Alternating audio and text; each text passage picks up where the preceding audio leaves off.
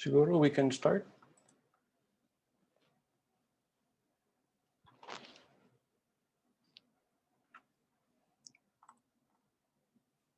Kita na ba yung screen?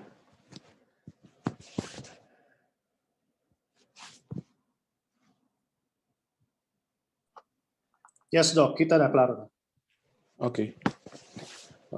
So, meron pa rin pumapasok. So, habol lang sila. Good evening, everyone. Welcome to our webinar. We usually do this webinar for hospital IT projects. Our topic for today is to go into the details and look into the practical tips for EMR in hospitals. Our company is Med Projects. We are a healthcare IT consulting company. We started working with hospitals. And right now, we're also into developing electronic medical records for hospitals. So we have a product called Health Engine. It's targeted for specific needs inside hospitals. In past webinars, we've been doing this siguro mga once or twice a month. Karoon ng break last month, but past webinars, we've been talking about building an EMR roadmap for hospitals, how to plan for EMR. We discussed the MRAM, the EMR adoption model of HIMSS, which is very useful when you want to work with a roadmap for a hospital. And I shared a strategic approach framework for hospital IT planning. That includes the EMR and other stuff in the hospital. So we plan to, some hospitals requested for a redo of this webinar, so we might do them next month or in the coming weeks. Okay. For this webinar, I will be sharing personal experiences. So I've been doing this for quite some time, 18 years now. I started in Asian Hospital on the vendor side, 2002. But a lot of the projects came in when I joined St. Luke's in 2006. We work with a lot of different projects. So talagang maraming mga needs na kailangan ma-address. So we work with the idea of coming up with a smart card, integrating all the different systems. No? So when I became CIO, gano'n rin marami na kami mga projects na nakapila. And as for our company, Med Projects, we work with our clients. We notice medyo pare-pareho may mga common problems na lumalabas from the different hospitals. Now, siguro mga 60 to 80% of hospitals in the Philippines, ito yung kanilang setup. Okay? Most will have an HIS. Merong LIS and merong PACS. Okay? Yung PACS is storage of medical imaging. Okay? But the HIS, so the top three will be BizBox, ComLogic, MedSys. So usually, pag yung mga hospital, usually meron silang isa sa tatlo. Now, yan yung pinaka-basic, the three items. HIS, LIS, and PACS. Now, some hospitals, pagka nag-invest sila sa IT nila, will also have some integration. So meron kami na-encounter na hospitals na hindi naka-integrate yung HIS with the LIS, but some will have integration. No? Kahit very minimal integration, kahit batuan ng orders, hindi nagbabalik ng results. Some will have an RIS. An RIS is basically the one that handles reading ng mga radiologists, interpretation tinatype doon, tapos pinapasa. That also handles patient scheduling, turnaround time. So that's the RIS. Yung iba naman merong ERP, no, financial. Yung iba may cardiopax, document. So ganun. Pero ang pinaka-basic talaga, 60 to 80% will have these three. HIS, LIS, and PACS. Okay? So we work, as we move to discuss right now, we work along these parameters. Okay? But it's also common, even before COVID, that there was a dream among hospitals. And the dream is to go towards EMR. So when you discuss EMR, medyo broad yung concept ng EMR, but pumapasok yung iba-ibang concepts ng clinical documentation. We want our doctors to be able to type in. No? Okay, actually, the CF4 ng PhilHealth pushed parang the requirements for clinical documentation. So biglang nagkaroon na yung drive yung mga doctors na magsabi na, oh, gusto na yung i-type kasi CF4, medyo matrabaho. No? So that's one aspect. The EMR naman also parang improves the way we deliver patient care. Yung CPOA naman is gusto ng mga nurses and everyone, doctors should be typing their orders directly. Okay? Pero malaki yung gap. If you look at it, the typical PH hospital with the 3 systems and the dream, medyo malaki yung gap. Okay? Sometimes, paminsan hindi nakita na, masyado pala malaki. I have these 3 and I want paperless. No? Medyo hindi siya match. So, here I will share 3 realities of our hospital IT situation in the Philippines. It's very unique to us. Itong sitwasyon natin. Okay? 60 to 80% of hospitals will have this problem. There are 2 main sources of problems inside the hospital when it comes to IT. The first one is the functional limitations of the HIS. I'm sure nag-month end lately, nag-try kayo mag-extract, sumakit ulo nyo konti, yung iba sumakit ulo na sobra. Okay? But still, a lot of the problem comes from the functional limitations of the HIS. The second source is actually the inefficiencies caused by paper. Okay? Yung paper itself, wala namang kasalanan yung papel, it's just there. But the inefficiencies, okay? Yung paano pinipila, paano pinapasa, sinusulat, anong laman niya. Okay? So yung inefficiencies caused by paper, yun ang kailangan i-address. Okay?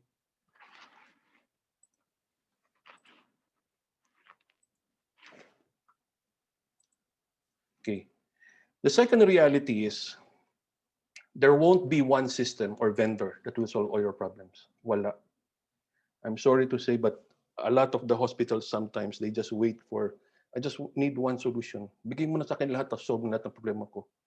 This is a brutal reality of our situation. Wala tayong isang vendor. Kahit na anong piga nyo sa HIS niyo, hindi nyo makakuha lahat ng gusto niyo. So kailangan nyo ng, you need to accept that reality and you need to create plans for that one. Okay? So, baka kailangan ng multiple systems. Okay? So, we need to start with a realistic dream inside the hospitals. No? Yung situation natin. We have 3 systems, HIS, LIS, PACS. And then we start with the baby steps lang. How do we move forward? Anong pwede kong gawin in 1 year? Anong pwede kong gawin the next few months? Okay?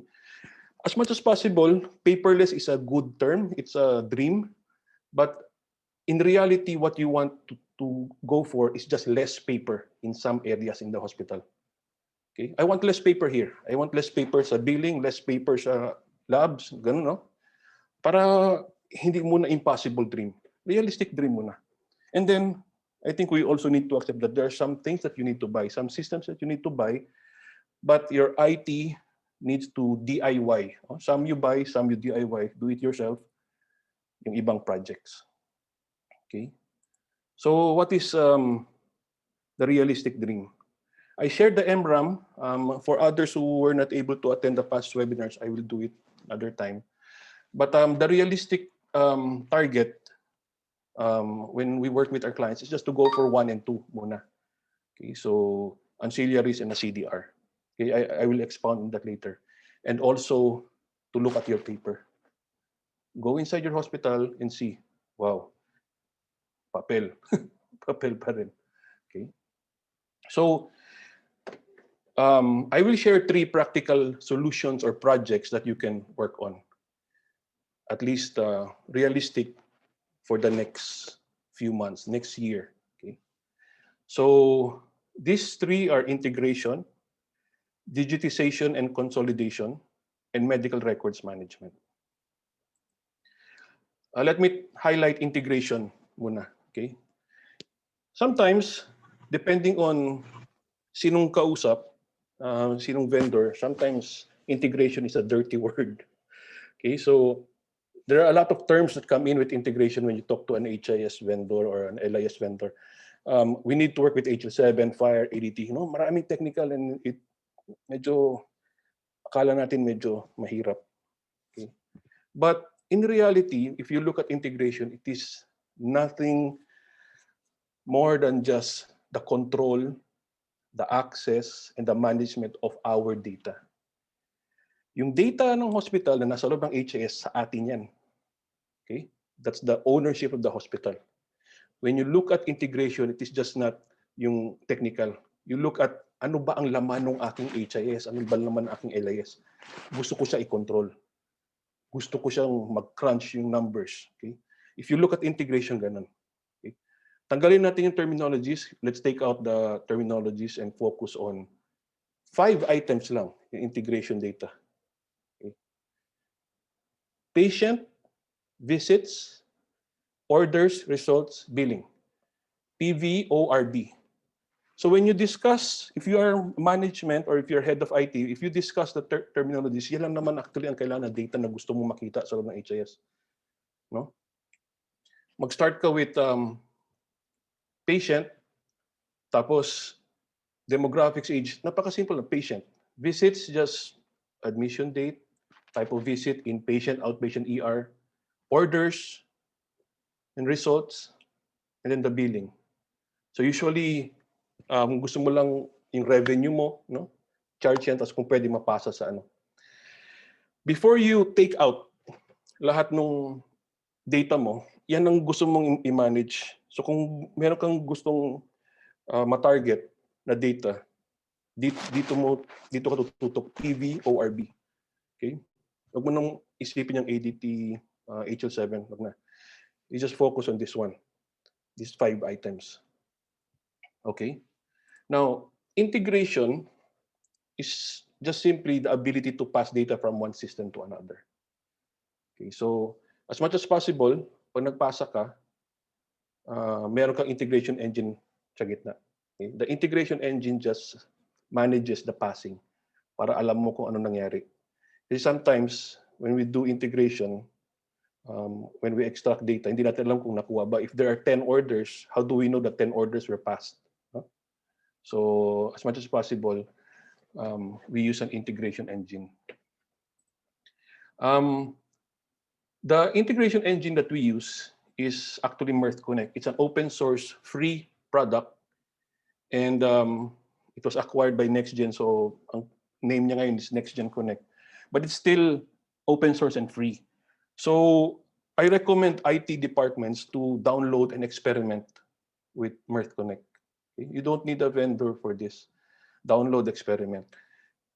You could do a lot of things just by looking at the possibility of having Mirth Connect go inside your database. At pwede ka na yung mga reports na hinahanap ng mga you can actually crunch it using Mirth Connect. This is a bit medyo technical na screen, but this is how Mirth Connect is inside. Okay? So ayaw ko ma-overwhelm kayo, but on the technical side, you will see these different channels, no? So for example, may makita kayo na yung papasok yung orders o merong kukuha ng ECG, may connection sa LIS, no? So the integration engine actually manages a lot of the different passing of data across the different systems. So ganun lang siya. Actually yung integration nasa gitna lang siya. So the more systems na pumapasok, mas madali i-manage kasi lahat. Okay. Okay, so my recommendation is do not be afraid of integration. Okay. Sa una lang medyo merong konting learning curve, but it really improves the capability of your IT team if you build integration capabilities. Okay. The second practical solution that I want to share is digitization and consolidation. So I think this is pretty common inside hospitals. You see a lot of paper lying around, and a lot of them are forms-based, no? Pero marami kang makita na papel, nakalat. The plan is a project. This is not easy, but it needs to be planned out. Okay? So, hindi enough na mag-digitize ka lang. Basically, the concept of digitize is going after the source or how do you enter data. So may nakita kang papel. This is an ECG reading. This is a SOA. No? So may marami kang papel nakita. It's not enough that you digitize, but you also need to plan on how you store and access that data. So that's the project. Okay. So hindi enough na, scan mo lang yan. No? Okay. So you create a project out of the two, digitize and then consolidate. Okay. So kung makita nyo may mga forms, no? Your plan for the fields, anong gagawin nyo yan. Paminsan yung papel acts like a queuing mechanism dito. Okay. So you need to go around the hospital and see some areas na nababog down because of paper. Sometimes may mga ways na maliliit na improvements lang. Okay. When we work with our client, we targeted ancillary because we were going towards foundations of the EMR. So what we targeted was to go after the different ancillary services. So as mentioned earlier, meron tayong typical situation, HIS, LIS, and PACS. Sometimes, pag meron kang RIS, maganda kasi the chest x-ray, the CT scan, yung mga MRI readings are actually typed in, encoded. Even mas maganda kung may RIS, meron yung approval workflow. No? Yung workflow ng technician na pag nag-type siya, no? Initial tapos pwedeng mag wet reading mo na yung radiologist or initial draft tapos mag-finalize, no? Ganun. So the RIS is good with that. Pag hindi naman, so paminsan kung anong na-type, sinulat, the-type ulit dun sa HIS. So paminsan may mga ganung situation. Okay, so what we try to target is, as much as possible, anything not covered by an LIS or not covered by the RIS also gets digitized. So tumingin kami sa pulmonary center, EEG, nuclear medicine, histopath. Itong non-invasive na to nandito sa screen is actually cardio, ECG, 2D echo. Okay? It doesn't have to be complicated. You can start by just going after mga printouts. So tingnan nyo ano yung mga printouts yan. Pwedeng ECG, pwedeng ano. Usually yung mga iba dyan is machine generated. So nilabas na ng machine. Bakit ko itatype ito? Nilabas ng machine. So it's okay. Ang important is you have a plan not only to digitize it, but also to store it. So it gets stored inside the system that allows for follow-up. Okay. So pwede ka na mag-scan and store lang. A challenge actually inside when you try to digitize is to go after forms. This is higher level. This is talagang ito kailangan planuhin mabuti. You go after yung mga detalye na itong mga forms na ito, papasok, paano i-type. Okay. So, this is best na you cut across the hospital and look for these forms. And mas maganda ngayon kasi if we implement something like this, especially ngayon sa COVID na meron ng remote work, no? Some of the data entry interpretation can be done outside the hospital pag ganito. Okay.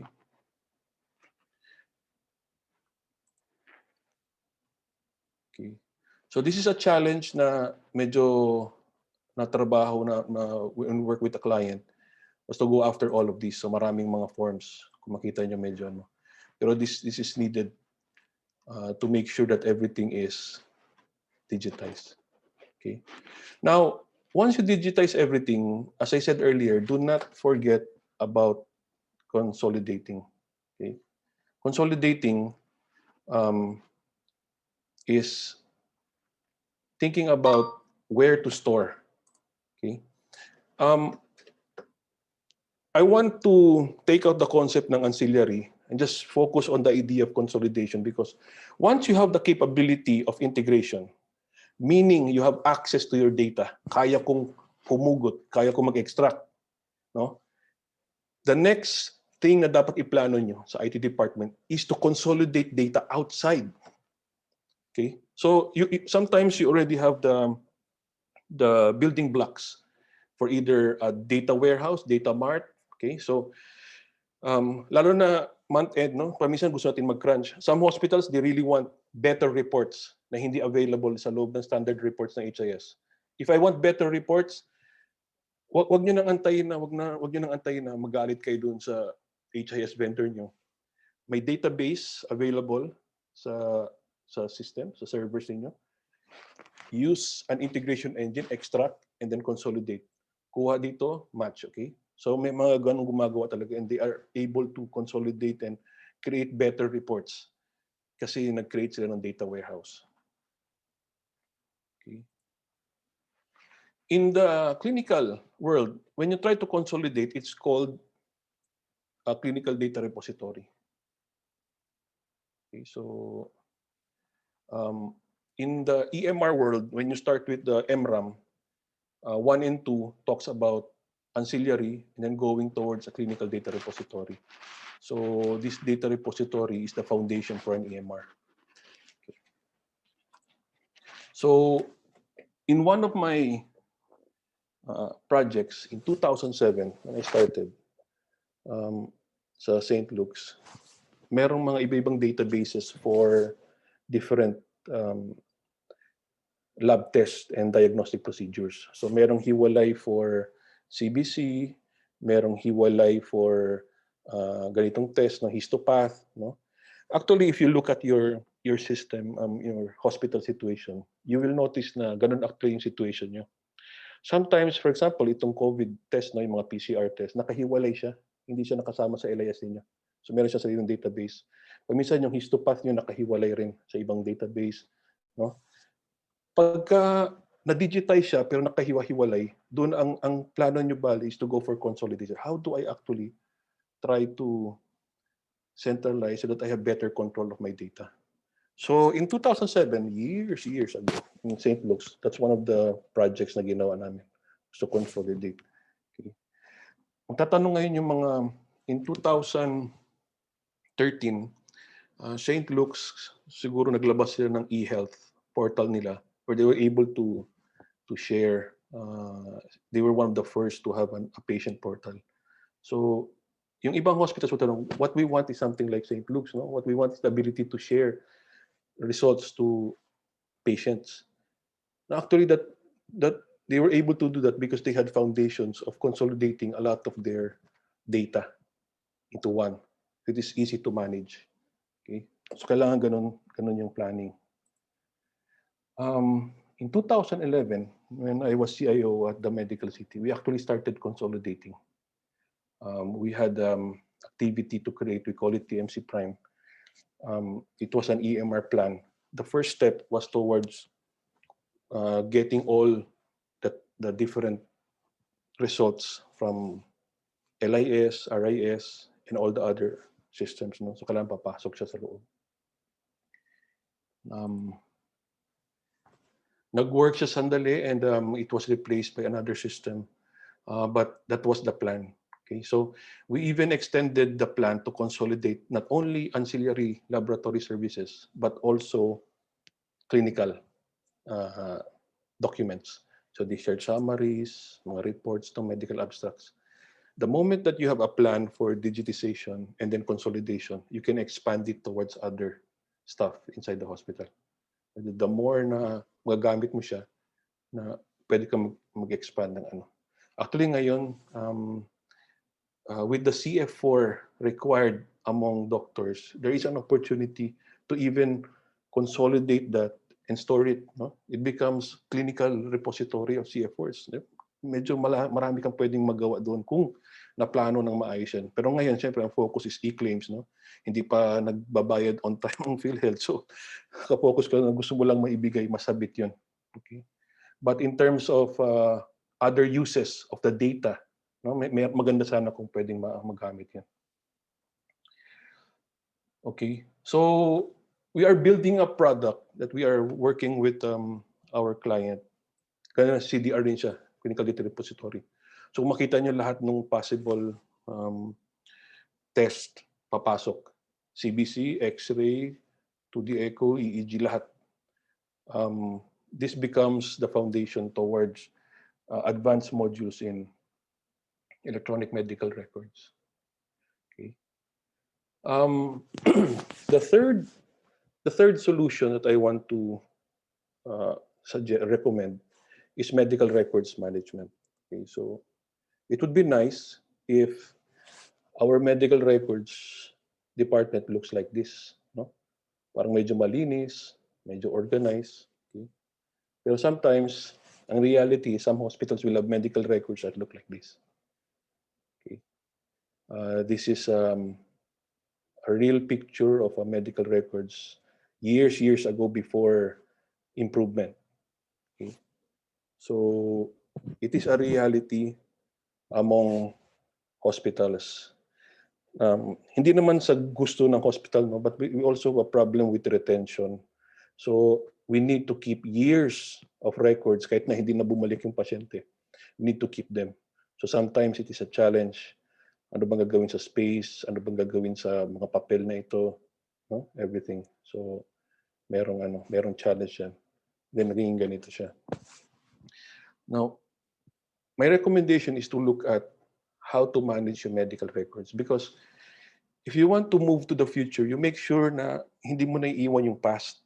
Okay? So, yung medical records mo is what is important na naiwan mo sa mga past visits yan ng mga patients mo. Even if you go paperless today, tomorrow you become paperless, 100%. You still need your past admissions, past visits, past moving forward. Kasi you cannot start from zero.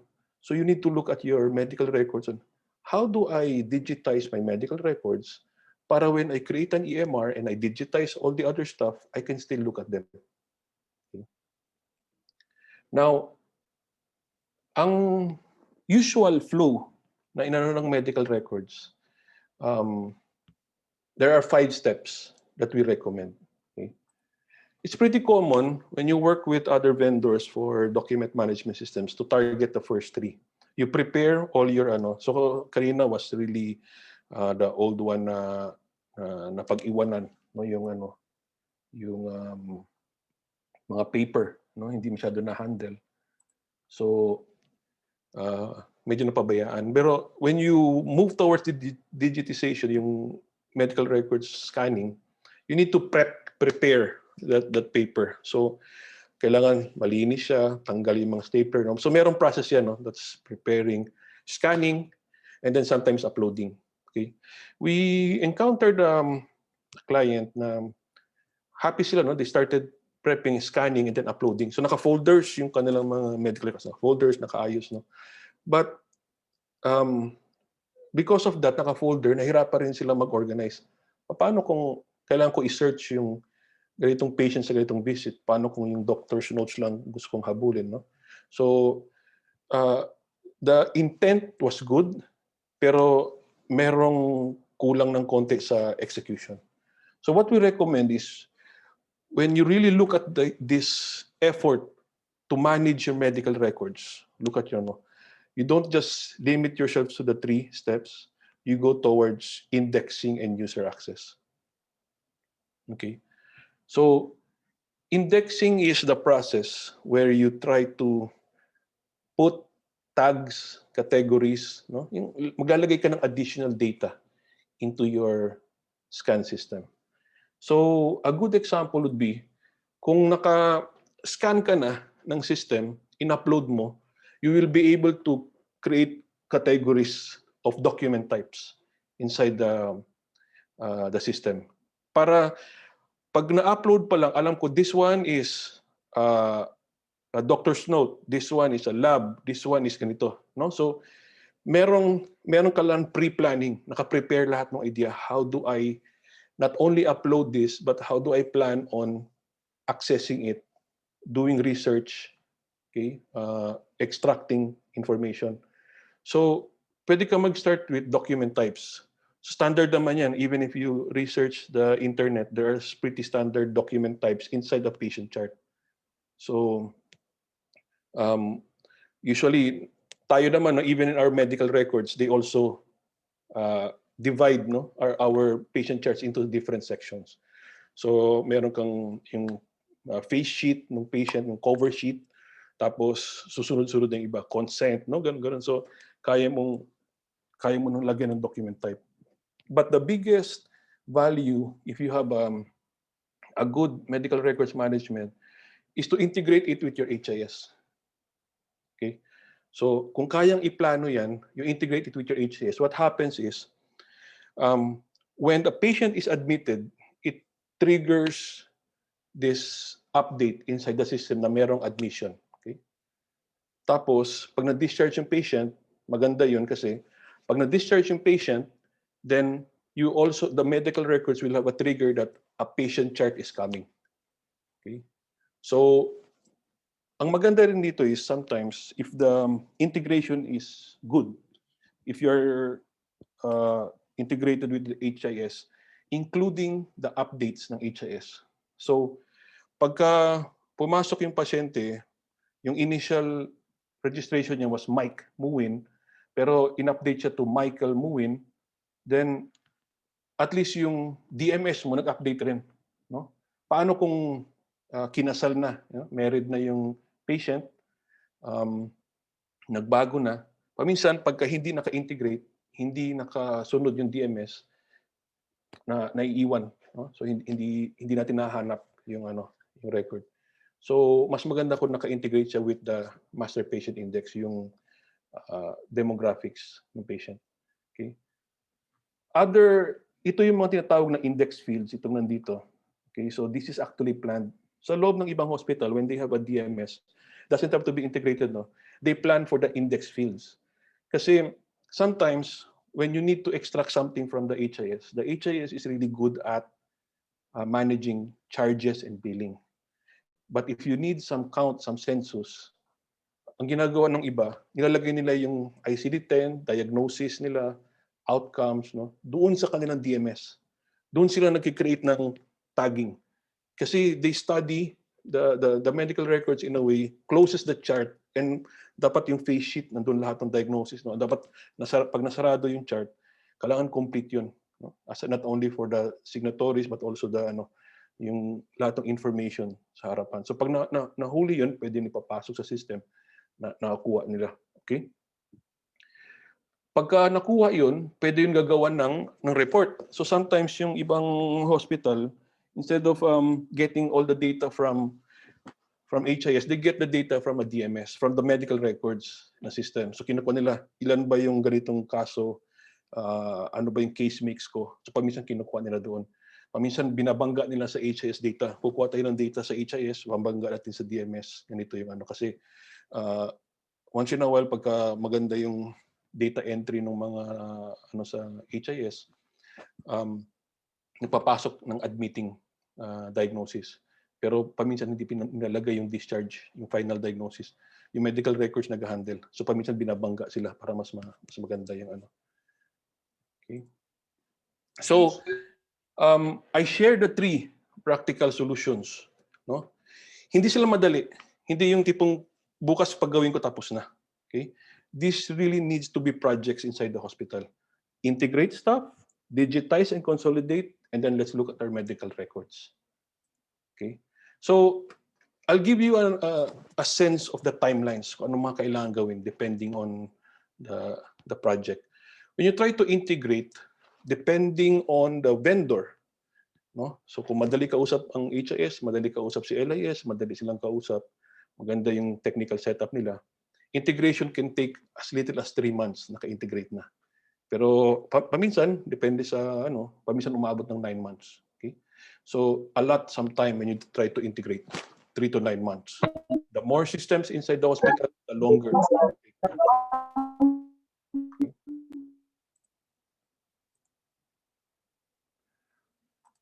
Okay. So pag digitize and consolidate will take around 6 to 12 months. Medyo matagal-tagal siya. Okay, so you need to look at yung iba naman, it's very simple, like creating a small database for nuclear med, no? Creating a small database for our ECG, no? So histopath, no? So merong mga ganun maliliit na projects na pwede. Merong short term na i-digitize ko muna, merong long term na kasama yung pag-store. So pwede mo tingnan yan. So it will cut across 6 to 12 months. pag maayos yung pagkaplano. Kailangan nyo lang maplano yung pag-consolidate that includes the user access. Okay. Medical records, usually, mabilis ang setup ng DMS. Ang setup is paano mailagay at gagana. Ang medyo matagal, yung scanning. Diba? So, you can have you can buy a scanner, yung server nandyan na, no? Within 3 months, the software is up and running. But the software, the system is empty. So, kailangan mo lagyan. So, you create a plan, no? Ano yung mga index fields na ilalagay. Yung ginawa namin na is 100 fields ready for indexing. May mga naka-identify na. In HL7 format, sa healthcare IT side, meron na mga standards na information na pinapasa. So naka-index na dapat yun automatic. Tapos yung plus, it takes 3 to 12 months. So yung plus is the plan on how you move forward and move backward. So sabihin natin it's 2021. Gusto kong i-scan lahat ng 2021. That will take some time. But you also need to plan to scan for you moving forward. Sa atin pa yung May. No? Yung May, pag na-admit ngayon, na-discharge bukas, i-scan kailan yan. So kaya plus siya kasi you plan for prospective and you also plan for retrospective. No? Sa medical records. Ganun siya. Okay, overall timeline is itong tatlo lang na to, if you medyo magiging busy ng IT nyo, depending on the size of your IT, the bigger, the better, syempre. But sometimes, hindi naman ganun kalakihan yung mga IT department. So, and you also work with your supplier and vendor. So, overall timeline, mapupuno na yung year nyo. Okay, so 1 year pa lang. Medyo marami-rami nang magagawa. Okay. Now, okay, sabi mo, tatlo lang naman yan. Ano ba yung benefits ng tatlo? Okay. The first one is actually the improvement of turnaround times inside the hospital across all services. It improves the services. When I was starting out sa health IT, nandun ako sa St. Luke's 2007. One of my first projects was an integration with an LIS. So bago pa rin yung concept ng integration. So yung homegrown HIS was going to be integrated with an LIS. We were so excited that we tried to test out turnaround time. So before the integration, ang CBC lang na is 2 hours from order, pagdating ng pasyente nag-order hanggang sa release. 2 hours ang kaya fastest. With integration, the fastest na nakayanan namin, it wasn't the average, but it was the fastest na nakuha namin, was 11 minutes. Pagdating ng pasyente, andyan na siya, nagbayad order, eksakto walang ibang pasyente, pumasok agad siya, na-extract, ni-run, na-release agad in 11 minutes. And we were so happy. No? But if you think about all this time savings from 2 hours na naging 11 minutes, it doesn't even have to be 11 minutes, from 2 hours to 1 hour and 30, from 2 hours to 1 hour. Multiply it by the number of patients inside the hospital. Malaki yung gain. Okay? It's not only about the improvement ng services, it also allows you to increase your capacity to handle more patients. So, ganun actually yung improvement na binibigay ng IT. Hindi mo siya mako-convert agad, pero makikita mo na nag-i-improve yung hospital. Okay? The improvement also goes towards the efficiencies. What I talk about efficiencies is not only for in turnaround time, but also just making the work inside the hospital better. Okay, so when you have a lot of paper, tumatagal. Paano yung approval process? Paano yung productivity ng mga tao? May pirma dito, may pirma sa baba, may pirma sa ilalim, may pirma sa gilid. So if you look at trying to integrate, digitize, and manage all the paper inside the hospital, marami ka na ma-handle na efficiencies, improvements. Isang malaking bagay rin is, with the medical records is, if you go towards medical records management and you do it correctly, you get a lot of space saving. Okay?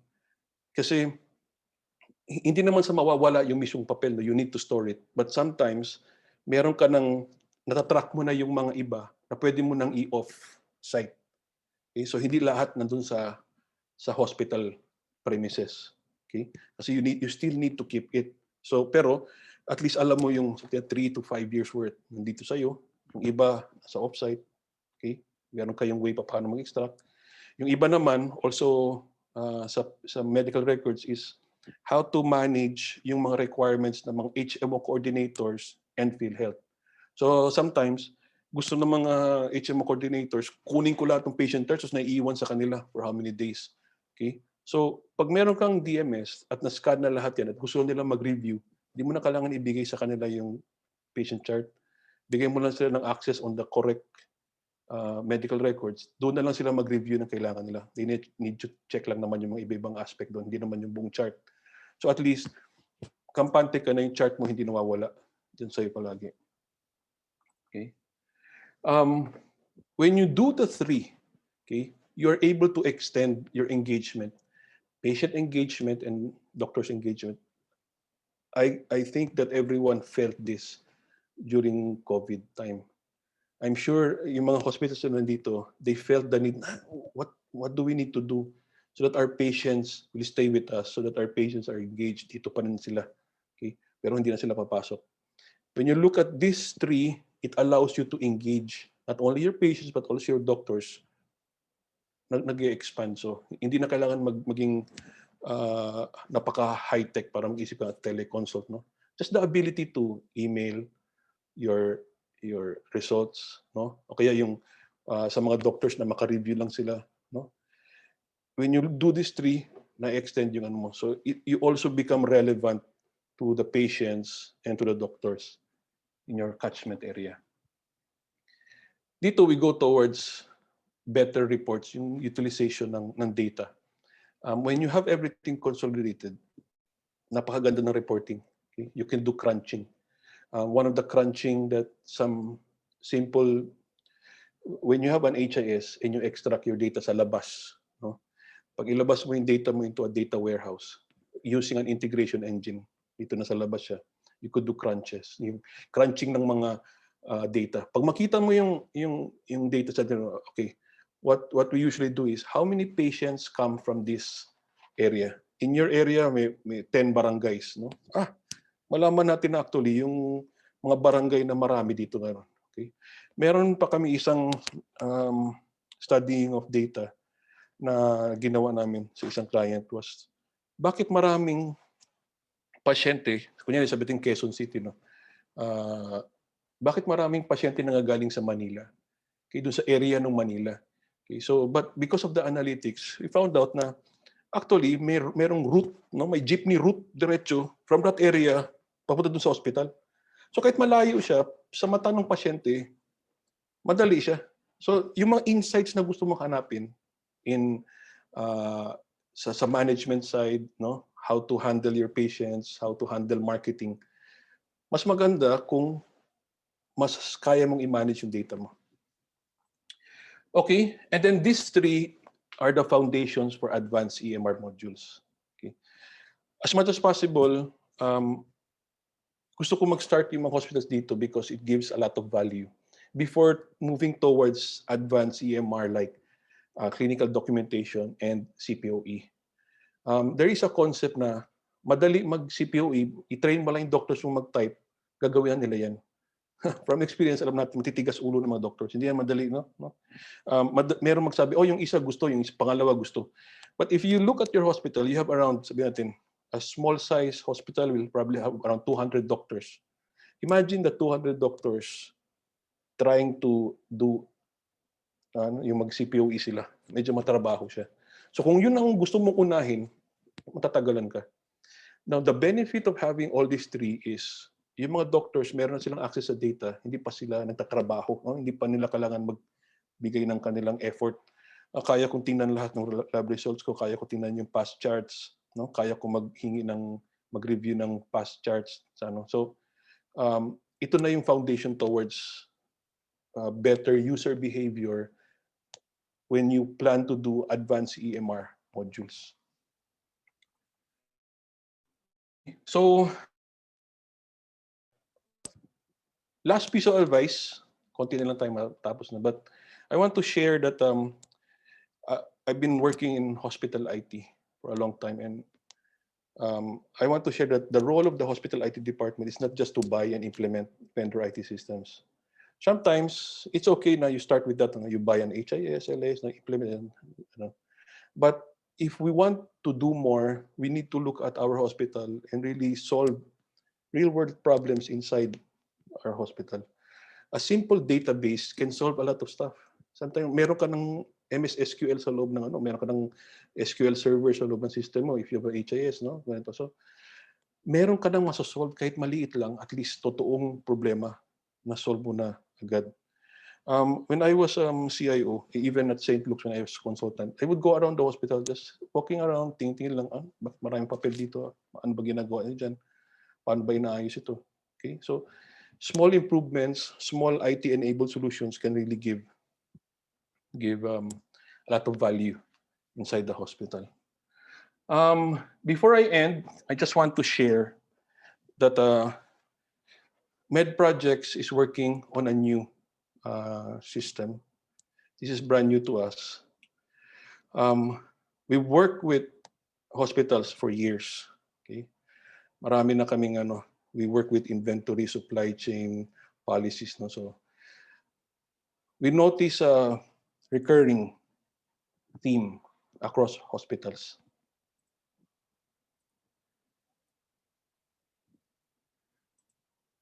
Napansin namin that a lot of hospitals, they spend a lot of time firefighting problems with their HIS.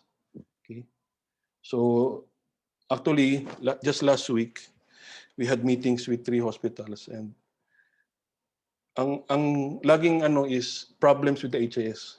Yung parang, how do we move forward for laging problema? Okay, so the hospitals end up just worrying, firefighting problems with their HIS, and instead of innovating and creating solutions for better patient care. So we felt it was time for a change, and this year we will be building our own HIS. We built our EMR with the idea that we will integrate with existing HIS. However, the clients have asked for a better HIS. So we started building our own, and we are actually looking for hospitals who are innovative, forward thinking, who want to work with us and improve their hospital IT system. If you are one of those hospitals, if you're ready for change, please contact us. So team@medprojects.com, or you can just email me, mikemuin@medprojects.com.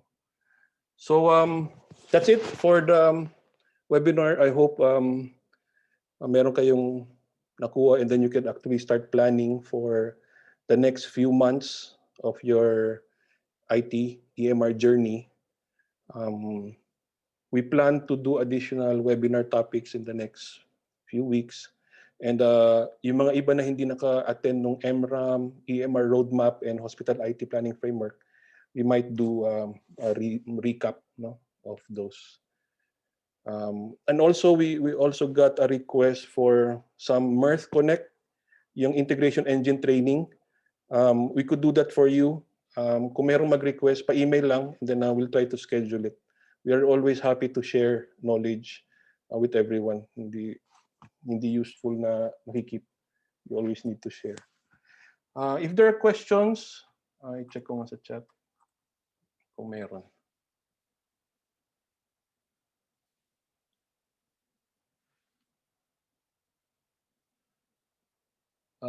Meron mga greetings. Thanks sa mga greetings. Okay. Oh, thank you. Sa mga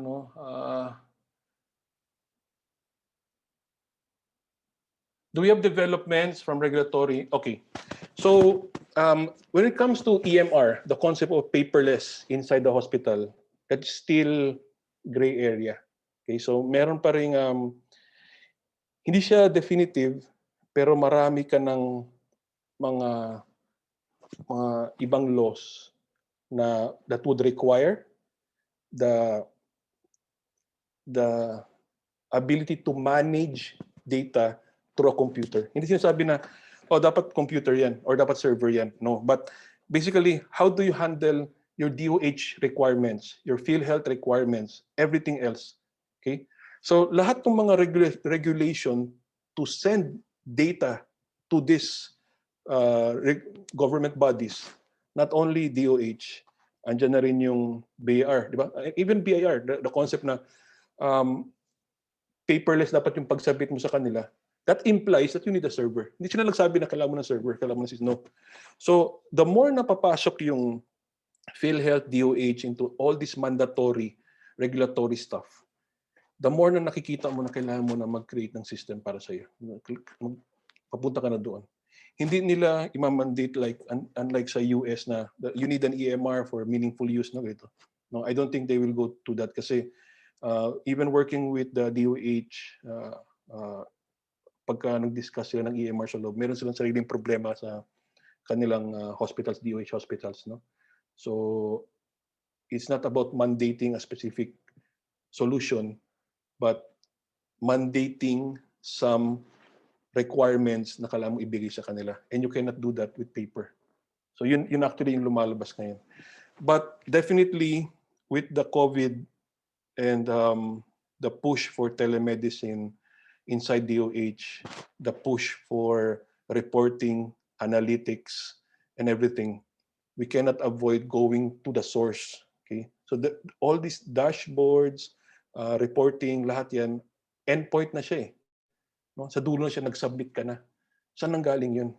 Actually, yung discussion sa mga IT is, how do we get real-time occupancy rates inside hospitals pag nakikita mo yung report ng sa COVID?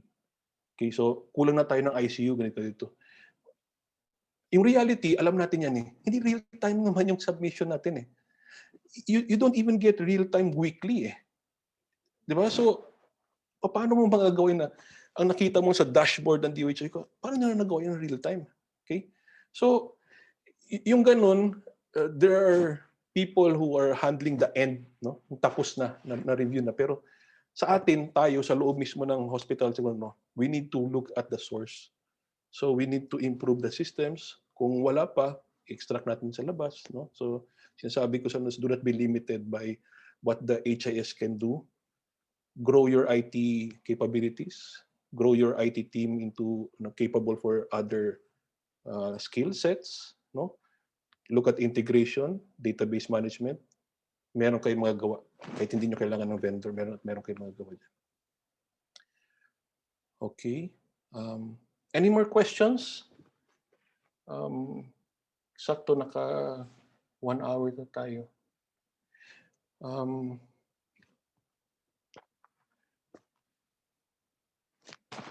My email is naka-project naman, and I really appreciate kung merong reach out and for questions. I really want yung exchange. No? It would be nice if the different hospital IT departments could really work together and share insights. No? Maraming mga innovations sa mga ibang hospitals na hindi natin nakikita. Sila lang na gano'n, hindi nila na-share. Pero marami yung iba, nakikreate ng dashboard. Meron ako na-encounter na nakakakuha sila ng real-time occupancy even before COVID. No? Kasi ni-require ng management. So, maraming improvements. Okay. Okay, so thank you doon sa mga nag-message, may mga nag-DM din sa akin. Thank you rin doon sa mga direct message. Thank you for kung wala ng questions, reminder lang, we will try to PDF, ippi-PDF ko yung yes, oo. Tingnan niyo yung Next Gen Connect, yung Mirth Connect. Kahit kami self-study lang naman. Gagawin kong PDF yung presentation, and then sa lahat ng mga nag-register, papadala namin ito. And then ayusin namin yung recording ng para pwedeng i-share. Okay? So kung ganun, thank you, everyone. We'll announce future webinars soon. Thank you and ingat. Keep safe. Bye-bye. Good night. Thanks, Doc. Thank you.